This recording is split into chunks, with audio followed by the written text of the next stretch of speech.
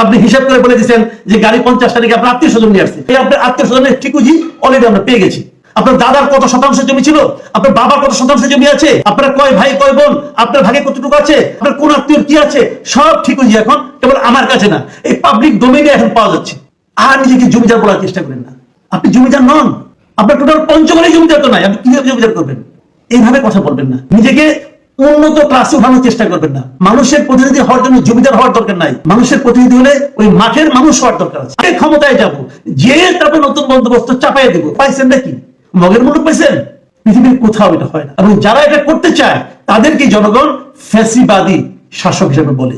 আপনারা তো এক ফ্যাসিবাদীকে তাড়িয়েছেন, আপনার তার বড় ফ্যাসিবাদী মনে হচ্ছে আমার কাছে। কি ভয়ঙ্কর কথা রে ভাই! এই ছোট ছোট বাচ্চারা এগুলি কি শিখেছে, কি শিখেছে? আমি শুনলাম সাজিদ আলম নাকি প্রিলিমিনারিতে পাস করছে বিসিএস। এখন বলছেন যে ওনার পরিবার সহায় সম্বলহীন বা অথবা নিঃস্ব নয়, তাহলে ওনার পকেটে মানি ব্যাগ থাকে না কেন? উনি যে দুদিন আগে বলেছিলেন আমার পকেটে মানি ব্যাগ নাই। উনি যদি সহায় সম্বলহীন না হন, উনি যদি অসহায় না হন, নিঃস্ব না হন, অনেক টাকার মালিক হন, এই চিঠি একদিকে লিখেছেন ওনার বাবা যে পরিমাণ জমি রেখে গেছেন, যে সম্পদ রেখে গেছেন, ওটা দিয়ে উনি ইলেকশন করতে পারবেন, উনি যদি বলে থাকেন, তো সেক্ষেত্রে তো প্রশ্ন উঠে যে উনি সহায় সম্বলহীন নন, তাহলে ওনার পকেটে মানি ব্যাগ থাকে না কেন? ওটা নাটক ছিল নাকি ওনার মানি ব্যাগ বহন করার জন্য অন্য লোক থাকে? এটা হচ্ছে আরো বিপদ। ওনারা মাঝখানে যে ক্ষমতাবান হয়ে উঠেছিলেন, হয়তো এখনো আছেন, ওনারা চাইলে অনেক ধনাঢ্য ব্যক্তিও তার একজন কর্মচারীকে ওনার পেছনে পেছনে পাঠাতে পারেন যে সে যেন মানি ব্যাগ বহন করে এর জন্য, সার্জিস আলমের জন্য, এই টাকা দিবে ওখান থেকে। সেরকম কিছু কি হয়েছে? উনি লিখেছেন তার টাকা না থাকতে পারে, কিন্তু তার পরিবার আত্মীয় স্বজনের তো সেই সামর্থ্য আছে, তার আত্মীয় স্বজনের সেই সামর্থ্য থাকে। তাহলে সেই সামর্থ্যটা যখন তার পকেটে মানি ব্যাগও থাকতো না, তখন তারা প্রয়োগ করলো না কেন? তারা সেটা ব্যবহার করলো না কেন? তাহলে সামর্থ্যবান আত্মীয় স্বজন, সামর্থ্যবান পরিবারের সদস্যরা তাকে কেন নিঃস্ব অবস্থায় রাখতো? কেন? নাকি এখন তার একটা সম্ভাবনা তৈরি হয়েছে, অতএব তারা ইনভেস্ট করছে, এটাই কি? এই প্রশ্নগুলো কিন্তু জবাব আপনাকে দিতে হবে জনাব সাজিদ আলম। মিস্টার সাজিদ আলম, এটা আপনি একটা ভয়ঙ্কর কথা বলেছেন, ভয়ঙ্কর কথা। কোথায় ভয়ঙ্কর কথা? আপনি বলতে চাচ্ছেন যে বাংলাদেশের মতো বৈচিত্র্যময় চিন্তাধারার ধারণকারী জনগণ সম্বলিত একটা দেশের চিত্র এটা না, মানে এই দেশের মানুষ ওরকম আদর্শ পৃথিবীর চিত্রের সঙ্গে সঙ্গতিপূর্ণ নয়। এই দেশের মানুষকে আপনি লোভী বলছেন, এরা লোভী, টাকা চায়, টাকা দেখাতে হয়, এদের মন মানসিকতা সেরকম। তাই যদি হবে তাহলে বিএনপি আর আওয়ামী লীগ দোষটা কি করলো ভাই? এটা আমাদের বোঝান তো আপনি। আওয়ামী লীগ বিএনপি এই কাজটাই করছে। আওয়ামী লীগ বিএনপি বোঝানোর চেষ্টা করছে এত বছর ধরে যে যার মাসুল আছে, যার পকেটে টাকা আছে, তার পক্ষে কেবল এমপি হওয়া সম্ভব, অন্য কারোর পক্ষে নয়।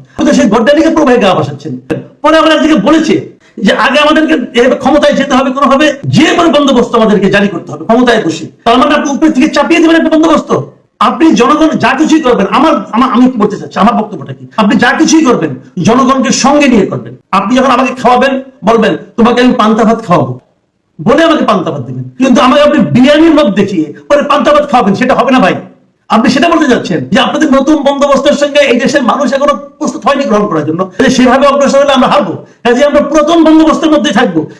ভাই আপনার উচিত ছিল তিনি এমনিতে পাস করেছেন, এখন রিটার্ন পরীক্ষাটা দেন, ভাই যান, 5-7 বার ভাই ফেল মারেন, তারপরে আপনি কোনো একটা পাবেন, কোনো একটা প্রশাসনের কর্মকর্তা হতে পারবেন। আর এখানে আপনি মন্ত্রী হতে যাচ্ছেন, এত শর্টকাট পথে চলে গেছেন আপনারা। আপনাদের জন্য আমরা কি আশা করেছিলাম যে আপনারা হবেন নির্লোভ ব্যক্তি, আর এই আপনাদের নমুনা।